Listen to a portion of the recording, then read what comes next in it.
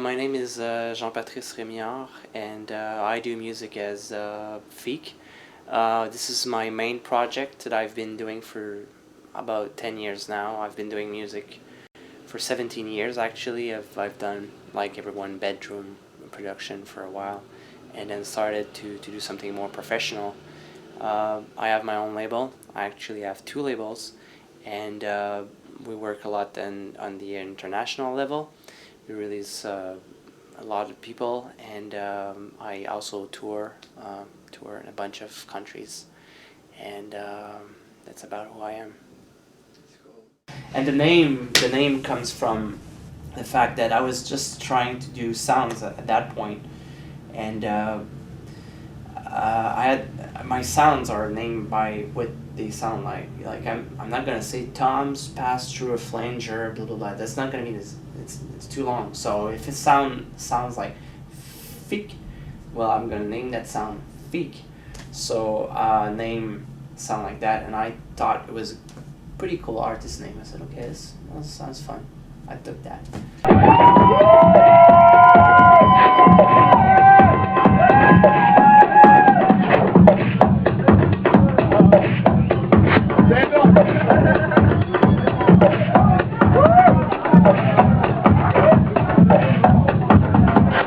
For producing, you have all the environment that is supportive to do the music, and you have all the time and the introspection to do exactly something you want.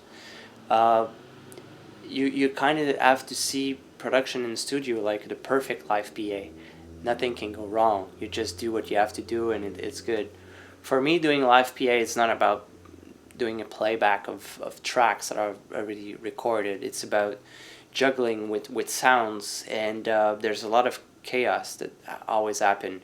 And this is, to me, the beauty of making something live, and also in electronic music, to give a human side to the music, is to make sure there's a lot of mistakes going on and chaos, and you know, it's like performing in a circus without the net.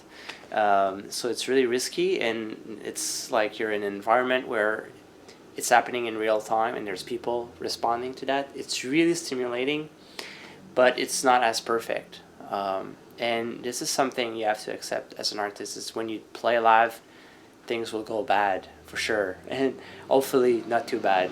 And the beauty about Mutek is probably the only place in the world where I've played where you don't need to play in a certain way. You just do exactly what you want to do. And I think in minimal and the kind of music I do, there's a lot of room for aesthetics, research, development, and this means that usually when we play in clubs, people are not interested in the form of a sound or the design of randomness of a patch in Maximus P. They're interested in dancing and having some booze and having fun with their friends and hitting on this girl that is standing at the bar.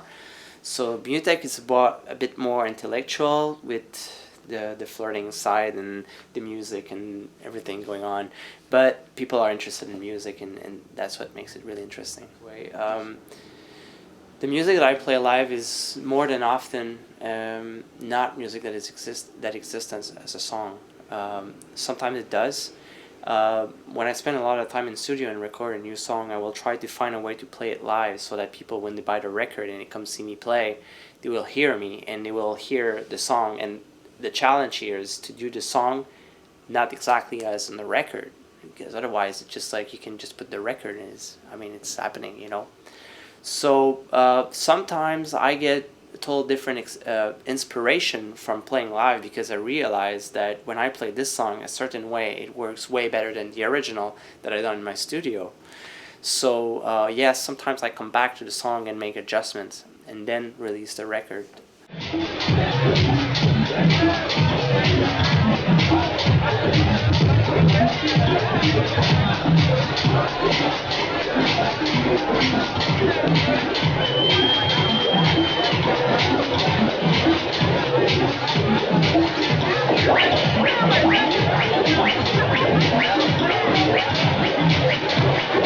Next destination of this crazy story that that is my young career, is to make the music live by itself in terms of getting more money from what we do, without making any how can I say that, any changes to the aesthetics.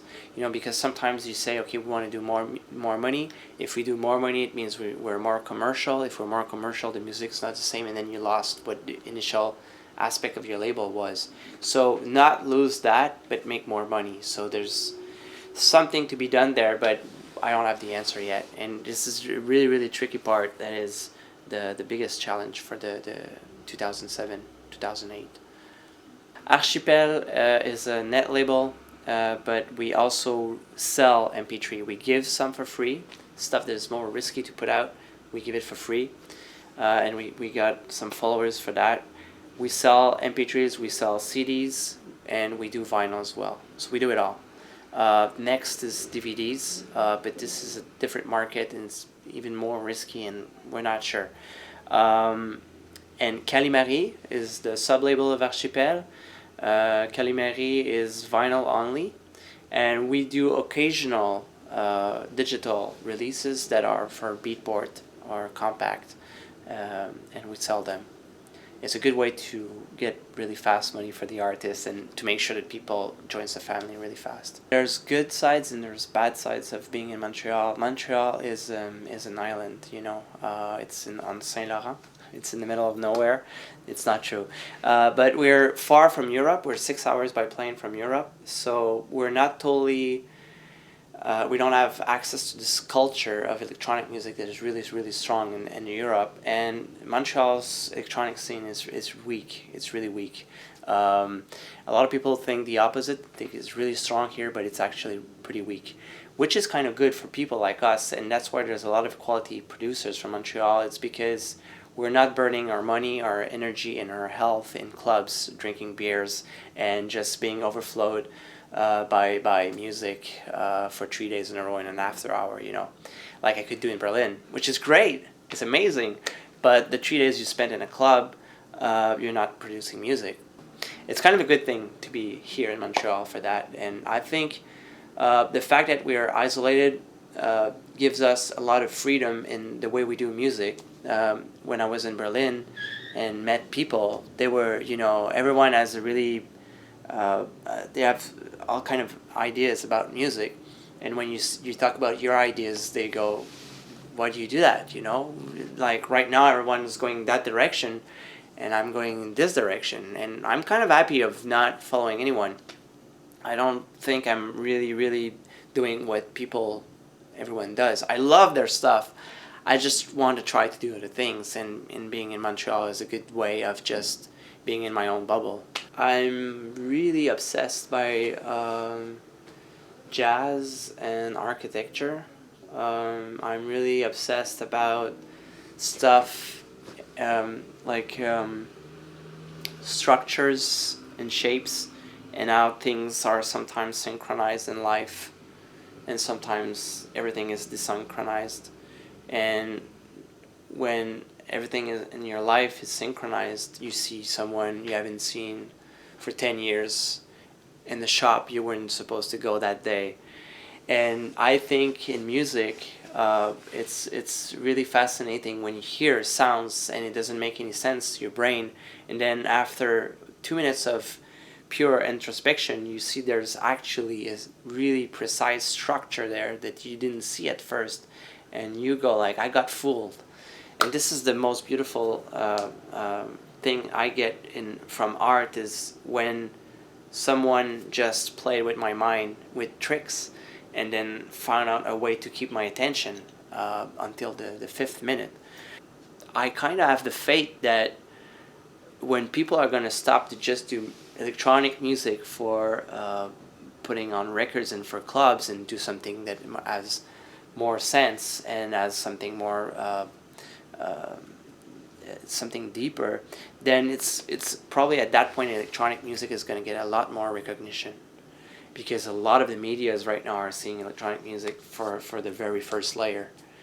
And it's kind of sad, because it's like saying that tam tam music is only one layer. It's not true. It's, you know, it's really hypnotic. It's been there for more than a few thousand years. You know, it's been there for since the beginning of time. I could go on like that, but I mean, what really inspired me is coding inside art, architecture, music, all that together is something that is it's infinite inspiration for an artist.